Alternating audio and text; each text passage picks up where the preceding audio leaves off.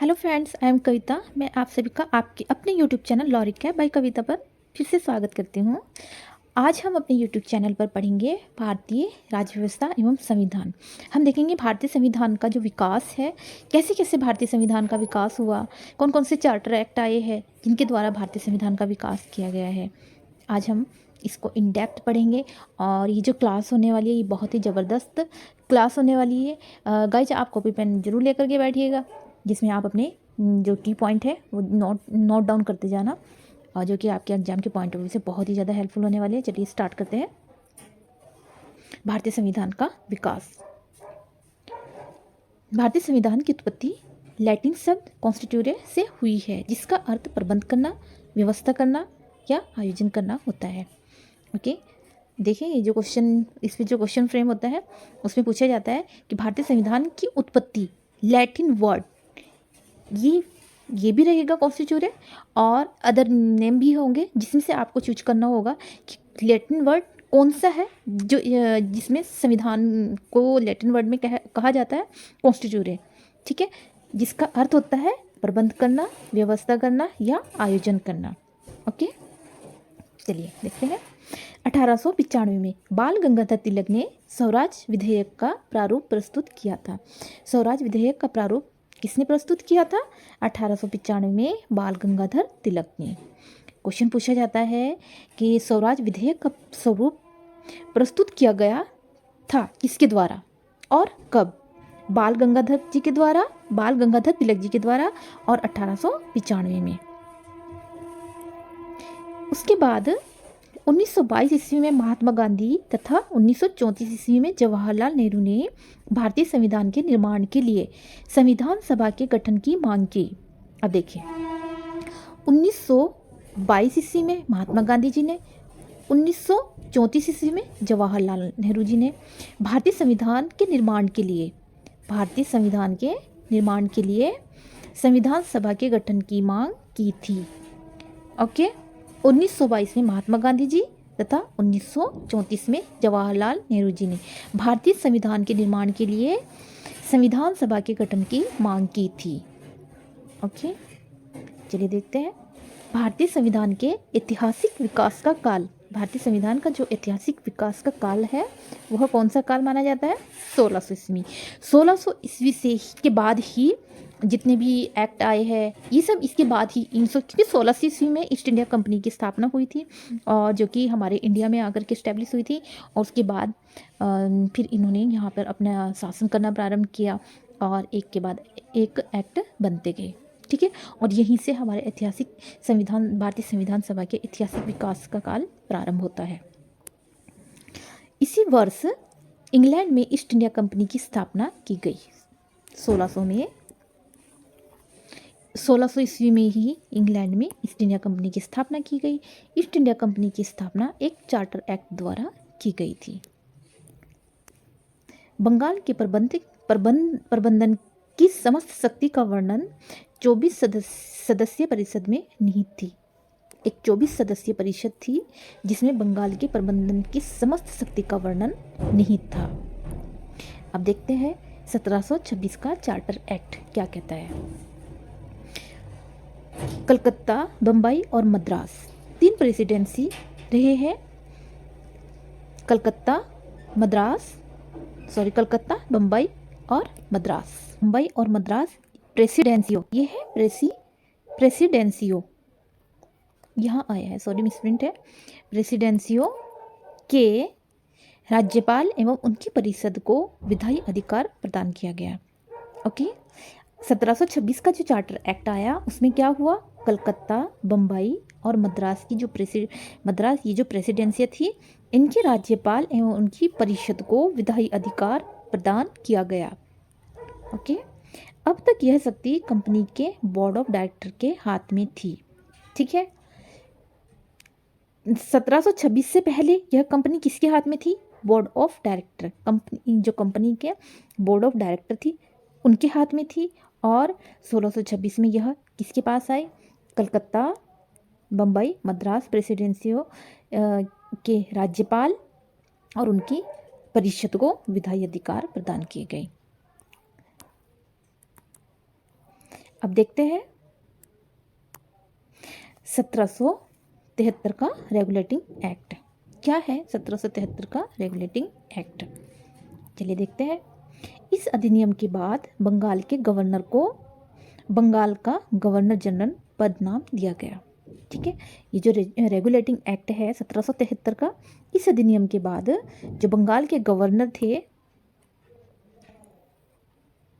बंगाल के जो गवर्नर थे, बंगाल के गवर्नर को बंगाल का गवर्नर जनरल पद नाम दिया गया। ओके। कोलकाता के गवर्नर को बंगाल, बिहार एवं उड़ीसा के लिए भी विधि बनाने का अधिकार दिया गया। ठीक है, जो कोलकाता के जो गवर्नर थे उनको बंगाल, बिहार एवं उड़ीसा के लिए भी विधि बनाने का अधिकार दिया गया। दीवानी अनुदान के फलस्वरूप, दीवानी मीन्स जो सिविल अनुदान रहे, उसके दीवानी अनुदान के फलस्वरूप कंपनी बंगाल, बिहार और उड़ीसा प्रांत की वास्तविक शासन बन गई। ठीक है, कंपनी मतलब ईस्ट इंडिया कंपनी। इस एक्ट के द्वारा कोलकाता में एक सुप्रीम कोर्ट की स्थापना की गई। ठीक है, जो सुप्रीम कोर्ट की स्थापना की गई थी 1773 का जो रेगुलेटिंग एक्ट था, उसी के द्वारा कलकत्ता में सुप्रीम कोर्ट की स्थापना की गई और सुप्रीम कोर्ट को दीवानी, फौजदारी, नौसेना तथा धार्मिक मामलों की सुनवाई एवं फैसलों का अधिकार दिया गया। ठीक है, ये जो सुप्रीम कोर्ट था इसको क्या क्या अधिकार दिए गए? दीवानी, सिविल, फौजदारी, क्रिमिनल और नौसेना तथा धार्मिक मामले, इन सब से संबंधित जो भी मैटर हुआ करते थे उन सबको सुनने की शक्ति प्रदान की गई।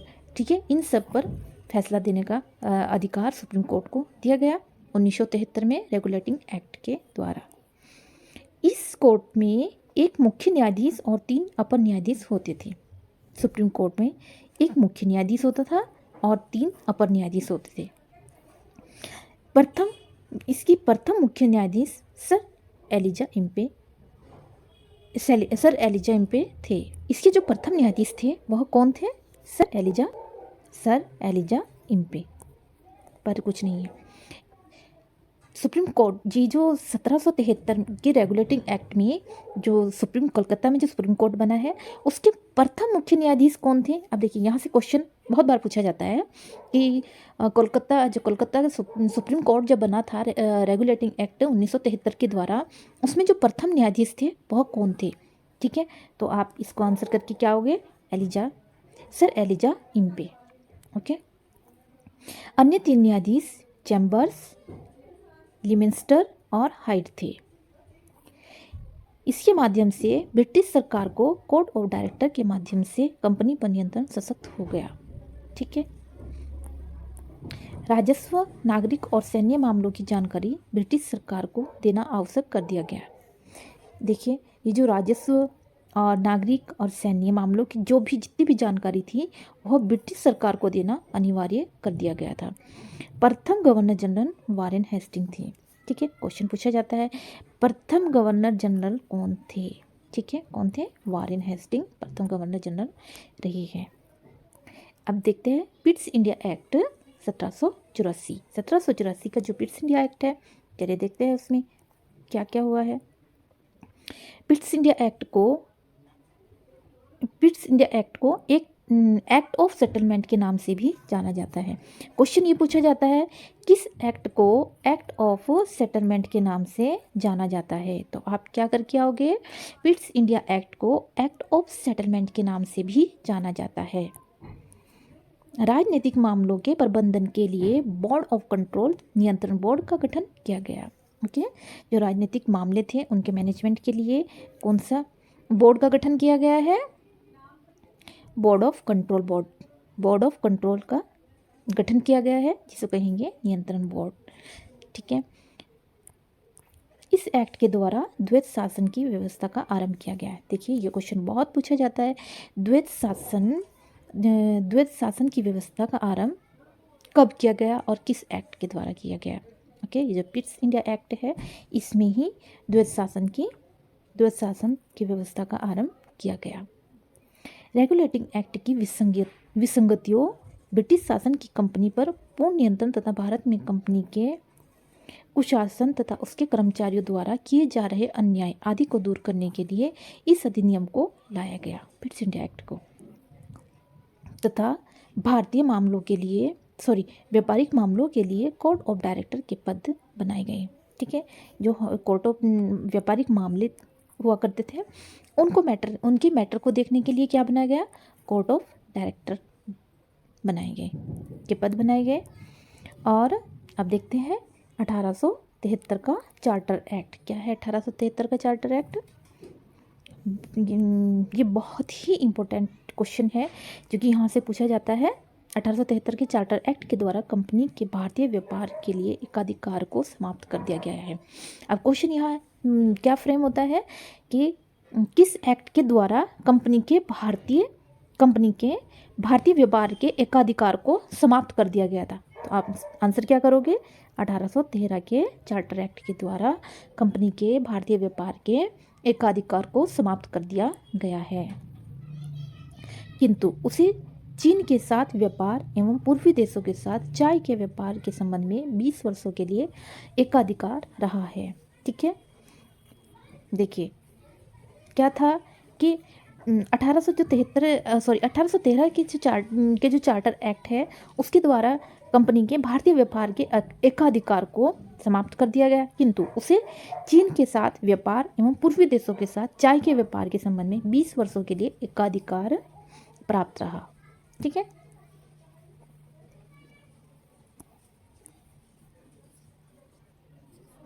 कंपनी के अधिकार पत्रों को 20 वर्षों के लिए बढ़ा दिया गया। कितने वर्षों के लिए बढ़ाया गया है? 20 वर्षों के लिए। किस राज्य द्वारा सबसे महत्वपूर्ण कार्य कलकत्ता, बम्बई और मद्रास की सरकारों द्वारा बनाई गई विधियों का ब्रिटिश संसद द्वारा अनुमोदन अनिवार्य कर दिया गया। ठीक है,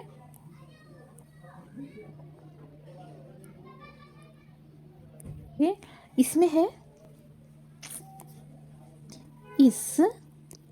यह है राजलेख। इस राजलेख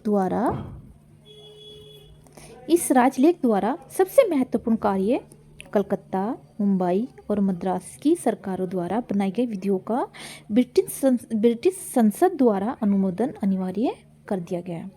ओके, अब देखते हैं 1833 का चार्टर एक्ट। क्या है 1833 का चार्टर एक्ट? इसके द्वारा कंपनी के व्यापारिक अधिकार पूर्णतः समाप्त हो गए। ठीक है, इसमें क्या हुआ? 33 का जो चार्टर एक्ट है इसके द्वारा कंपनी के व्यापारिक अधिकार पूर्णतः समाप्त हो गए। इस अधिनियम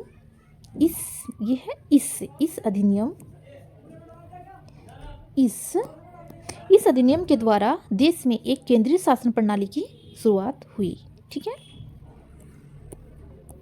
बंगाल के गवर्नर जनरल को संपूर्ण भारत का गवर्नर जनरल बना दिया गया। जो बंगाल का जो गवर्नर जनरल था उसको संपूर्ण भारत का गवर्नर जनरल बना दिया गया। बंगाल के जनरल को संपूर्ण भारत का गवर्नर जनरल बना दिया गया। ठीक है, गवर्नर जनरल की परिषद में एक और सदस्य की नियुक्ति हुई। गवर्नर जनरल की परिषद में एक और सदस्य की नियुक्ति हुई जिसे विधि सदस्य कहा गया। ठीक है, जिसे क्या कहा गया? विधि सदस्य कहा गया, जो कि गवर्नर जनरल की परिषद में बनाया गया था। एक और सदस्य नियुक्त किया गया जिसको विधि सदस्य कहा जाता था। इस अधिनियम के परिणाम स्वरूप प्रथम विधि आयोग की स्थापना हुई थी। अब देखिए क्वेश्चन पूछा जाता है जो प्रथम विधि आयोग है उसकी स्थापना कब हुई? 1833 में। ठीक है, प्रथम विधि आयोग की स्थापना कब हुई? 1833 में। और प्रथम विधि आयोग ये जो कमीशन है ये भी हमारे इंडिया में 1833 में ही आया था। सर्वप्रथम काले, ये है मैकाले, लॉर्ड मैकाले। सर्वप्रथम मैकाले को विधि सदस्य के रूप में गवर्नर जनरल की परिषद में सम्मिलित किया गया था। ठीक है, विधि सदस्य के रूप में गवर्नर जनरल की परिषद में सर्वप्रथम किसे सम्मिलित किया गया? मैकाले का, लॉर्ड मैकाले, जिसने हमारे इंडिया में आकर के जो आज हम जो आईपीसी पढ़ते हैं वो किसके द्वारा लिखी गई थी? Lord Macaulay. कंपनी के चीन से व्यापार तथा चाय संबंधी व्यापार के एकाधिकार को समाप्त कर दिया गया था। इसके अंतर्गत पहले बनाए गए कानूनों को नियामक कानून कहा गया और नए कानून के अंतर्गत बने कानून को एक्ट या अधिनियम कहा जाता है। अब देखो, ये जो 1833 में जो विधि आयोग की जो स्थापना की गई थी, प्रथम विधि आयोग की स्थापना 1833 में की गई थी, और इससे पहले 1833 के पहले जो भी कानून बनाए गए थे, ठीक है, ये ना इसके अंतर्गत पहले बनाए गए कानूनों को नियामक कानून कहा गया था, और नए कानून के अंतर्गत बनाए गए कानून को एक्ट या अधिनियम कहते हैं। चार्टर एक्ट 1833 ने सिविल सेवकों के चयन के लिए खुली प्रतियोगिता का आयोजन करने का प्रयास किया गया। अब देखिए, यहाँ से भी एक क्वेश्चन ये पूछा जाता है, कौन से चार्टर एक्ट के द्वारा कौन से चार्टर एक्ट के द्वारा सिविल सेवकों के चयन के लिए खुली प्रतियोगी परीक्षा का आयोजन किया गया? तो वह कौन सा है? चार्टर एक्ट 1833 में सिविल सेवकों के चयन के लिए खुली प्रतियोगी परीक्षा का आयोजन करने का प्रयास किया गया। चलिए नेक्स्ट देखते हैं, 1853 का चार्टर एक्ट। क्या है 1853 का चार्टर एक्ट? इस एक्ट में सिविल सेवकों की भर्ती एवं चयन हेतु खुली प्रतियोगिता व्यवस्था का आरंभ किया गया। ठीक है, इस एक्ट में, कौन से एक्ट में? 1853 का जो एक्ट है, 1853 के एक्ट में ही सिविल सेवकों की भर्ती एवं उनके चयन हेतु खुली प्रतियोगी व्यवस्था का आरंभ किया गया था। ठीक है, इसके लिए 1854 ईस्वी में भारतीय सिविल सेवा के संबंध में मैकाले समिति की नियुक्ति की गई। अब देखिए, पहली बार गवर्नर जनरल की परिषद के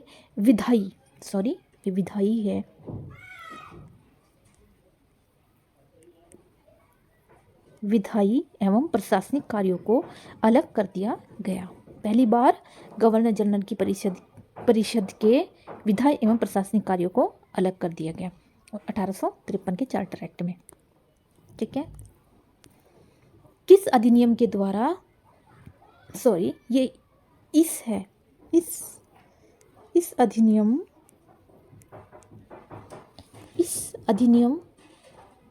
के द्वारा भारत के लिए एक पृथक विभाग परिषद की स्थापना की गई। बंगाल के लिए स्थापना की गई तथा बंगाल के लिए एक लेफ्टिनेंट गवर्नर की नियुक्ति की गई। ठीक है, यहाँ नए लेफ्टिनेंट गवर्नर की नियुक्ति की गई। ओके, चलिए देखते हैं 1858 का अधिनियम। 1858 का अधिनियम में क्या है? इसके अंतर्गत भारत के शासन को कंपनी के हाथों से सम्राट को हस्तांतरित कर दिया गया। अब देखिए, 1858 का जो अधिनियम है उसमें क्या हुआ? भारत के शासन को कंपनी के हाथों से सम्राट को हस्तांतरित कर दिया गया। अब भारत का जो शासन था ईस्ट इंडिया कंपनी के हाथों से किसके पास चला गया? सम्राट के हाथों में चला गया, तथा भारत का शासन इंग्लैंड के सम्राट के नाम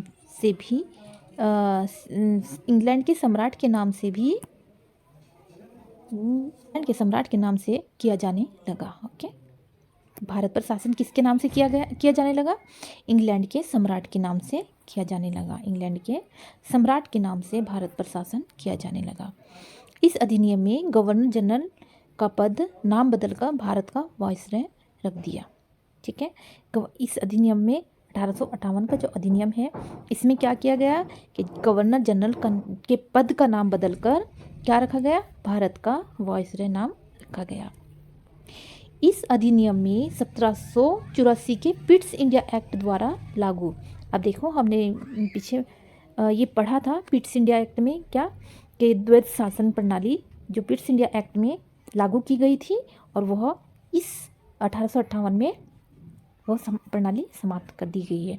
पिट्स इंडिया एक्ट 1784 में द्वैत शासन प्रणाली को लागू किया गया था और 1858 में द्वैध शासन प्रणाली को समाप्त कर दिया गया। क्वेश्चन पूछा जाता है जो द्वैध शासन प्रणाली है वह किस अधिनियम के द्वारा समाप्त की गई है? तो आप क्या लिखोगे? 1858 का अधिनियम, 1858 के अधिनियम में द्वैध शासन प्रणाली को समाप्त कर दिया गया है। ठीक है। इस अधिनियम के नियंत्रण बोर्ड और निदेशक कोड समाप्त कर दिए गए हैं। इस अधिनियम के नियंत्रण बोर्ड और निदेशक कोड को समाप्त कर दिया गया है। ठीक है। क्या किया इस अधिनियम ने? नियंत्रण बोर्ड जो कोर्ट ऑफ कंट्रोल था, कोर्ट ऑफ कंट्रोल बोर्ड जो पीछे बनाया गया था, हमने पढ़ा अभी, और निदेशक कोड जो थे उसको समाप्त कर दिया गया। 1858 अधिनियम ने नियंत्रण board, court of control board और निदेशक बोर्ड को समाप्त कर दिया गया। इसमें एक नई पद भारत के राज्य सचिव का सृजन किया गया। कौन सा पद सृजित किया गया है इसमें? 1858 अधिनियम में भारत के राज्य सचिव का पद सृजित किया गया। 1861 का भारतीय परिषद अधिनियम, चलिए देखते हैं क्या हुआ इसमें। केंद्रीय सरकार को सार्वजनिक ऋण, वित्त, मुद्रा, डाक एवं तार आदि के संबंध में प्रांतीय सरकार से अधिक अधिकार दिए गए। ठीक है। इसमें क्या किया गया है? जो केंद्र सरकार है, केंद्र सरकार को ऋण, वित्त, मुद्रा, डाक एवं तार आदि के संबंध में प्रांतीय जो स्टेट गवर्नमेंट है उससे ज़्यादा अधिकार दिया गया सेंट्रल गवर्नमेंट को। ठीक है। कौन से एक्ट में दिया गया है ये है 1861 का अधिनियम। ओके, 1861 के अधिनियम में यह अधिकार दिए गए। भारतीय परिषद को विधायी संस्था, ये है विधायी संस्था बनाया गया और उसे भारतीय संदर्भ में कानून बनाने का अधिकार दिया। ठीक है। भारतीय परिषद को क्या बनाया गया? विधायी संस्था, तथा उसे भारतीय संदर्भ में कानून बनाने का अधिकार दिया गया 1861 अधिनियम में। ठीक है। इसके द्वारा कानून बनाने की प्रक्रिया में भारतीय प्रतिनिधि को शामिल करने की शुरुआत हुई। ठीक है। 1861 का जो अधिनियम है उसके द्वारा क्या हुआ? कानून बनाने की प्रक्रिया में भारतीय प्रतिनिधियों को शामिल करने की शुरुआत की गई। इससे पहले जो कानून बनाए जाते थे वह ब्रिटिश शासक जो थे इंडिया में वही बनाते थे। बट 1861 का जो भारत परिषद अधिनियम आया उसमें क्या हुआ? जो हमारे भारतीय लोग थे उनको भी इस प्रक्रिया में, मीन्स कानून बनाने की प्रक्रिया में भारतीय प्रतिनिधियों को भी शामिल किया गया। भारतीय प्रतिनिधियों को भी कानून बनाने की प्रक्रिया में शामिल किया गया। कौन से अधिनियम में? 1861 का भारत परिषद अधिनियम में कानून बनाने की प्रक्रिया में भारतीय प्रतिनिधियों को शामिल किया गया। वायसराय को अध्यादेश जारी करने का अधिकार दिया गया। ठीक है। मद्रास तथा मुंबई की सरकारों को भी व्यवस्थापिका संबंधी अधिकार दिया गया। इस अधिनियम द्वारा भारतीय विधायिका तथा देश के शासन के केंद्रीकरण का कार्य प्रारंभ हुआ। ठीक है।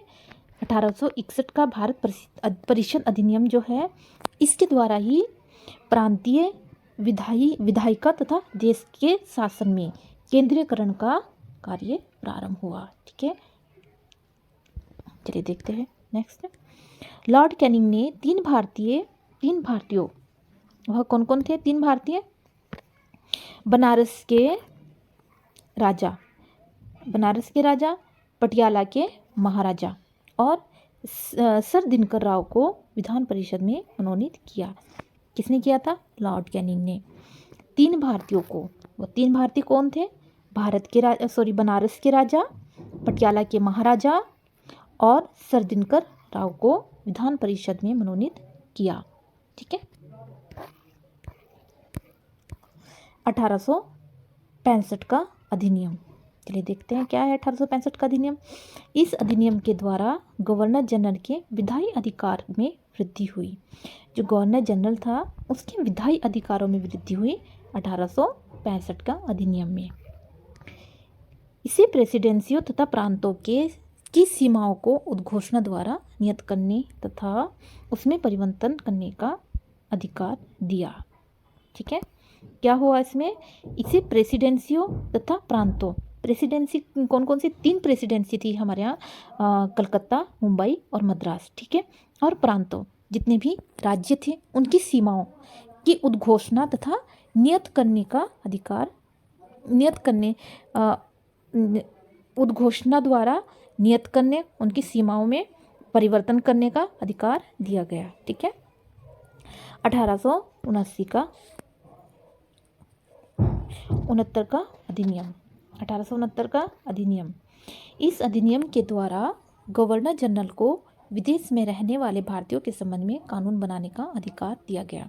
अब देखिए, जो व्यक्ति हमारे भारत से किसी अन्य विदेशी देश में रह रहे थे उनके लिए भी कानून बनाने का अधिकार दिया गया। ठीक है, इस अधिनियम द्वारा गवर्नर जनरल को विदेश में रहने वाले भारतीयों के संबंध में कानून बनाने का अधिकार दिया गया। कौन से अधिनियम में? 1869 का जो अधिनियम है उस अधिनियम के अंतर्गत गवर्नर जनरल को विदेश में रहने वाले भारतीयों के संबंध में कानून बनाने का अधिकार दिया गया। 1876 का शाही उपाधि अधिनियम। अब देखते हैं क्या है शाही उपाधि अधिनियम। औपचारिक रूप से भारत सरकार का विदेशी सरकार को अंतःकरण मानवीय किया गया। ठीक है, भारत सरकार का ब्रिटिश सरकार को अंतःकरण माननीय किया गया। 28 अप्रैल 1876 ईस्वी को है गाइज, ये घोषणा नहीं, घोषणा है, घोषणा, सॉरी, घोषणा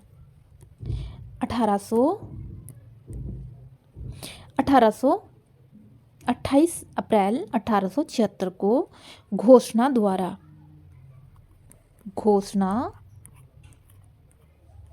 द्वारा महारानी विक्टोरिया को भारत की सम्राट घोषित किया गया। अब देखो, यहाँ से ब्रिटिश शासन की जड़ें और भी मजबूत होती गई। जो हमारे इंडिया में ब्रिटिश का जो शासन था वह ब्रिटिश ने हमारे यहाँ इंडिया में जो अंग्रेज़ों का जो राज होने लगा, अब और भी ज़्यादा इनकी जड़ें मजबूत होने लगी। अब देखो, 28 अप्रैल 1876 को घोषणा द्वारा महारानी विक्टोरिया को भारत की सम्राट घोषित किया गया। 1892 का अधिनियम। चलिए देखते हैं 1892 का अधिनियम क्या है। इस अधिनियम के द्वारा सर्वप्रथम अप्रत्यक्ष रूप से केंद्रीय तथा प्रांतीय विधान परिषदों में निर्वाचन की स्थापना की गई। ठीक है, 1892 का जो अधिनियम है, इस अधिनियम के द्वारा क्या हुआ? सर्वप्रथम अप्रत्यक्ष इनडायरेक्ट रूप से सेंट्रल और स्टेट की जो विधान परिषद थी उनमें निर्वाचन की व्यवस्था की गई। परिषद के भारतीय सदस्यों को वार्षिक बजट पर बहस करने और सरकार से प्रश्न पूछने का अधिकार दिया गया। ठीक है, परिषद के जो परिषद में जो भारतीय सदस्य थे, अब उनको क्या अधिकार दिए गए?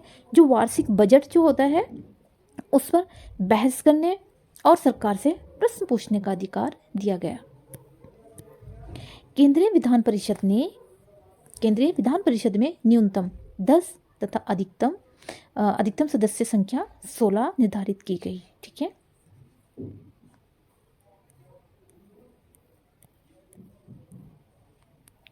Thanks guys, thank you for watching this video. I hope आपको यहाँ तक बहुत अच्छे से क्लियर हुआ होगा। अगर आपको कहीं भी कुछ डाउट क्रिएट होता है तो प्लीज़ आप इस वीडियो के कमेंट बॉक्स में आप मेरे को कमेंट्स करना, और जिसमें मैं आपका जो डाउट होगा वो मैं क्लियर करूँगी। चलिए आज हम अपनी वीडियो को यहीं विराम देते हैं, और इसका जो नेक्स्ट जो पार्ट है, इसकी जो सेकंड पार्ट में आपको मैं लेकर के आऊँगी, आपको पढ़ाऊँगी मैं ये। चलिए देखते हैं। प्लीज़ गाइज, इस वीडियो को आप ज़्यादा से ज़्यादा लाइक, शेयर एंड सब्सक्राइब जरूर करना, ताकि मेरे इस चैनल के माध्यम से अधिक लोग फ़ायदा उठा सकें। Bye bye, thank you.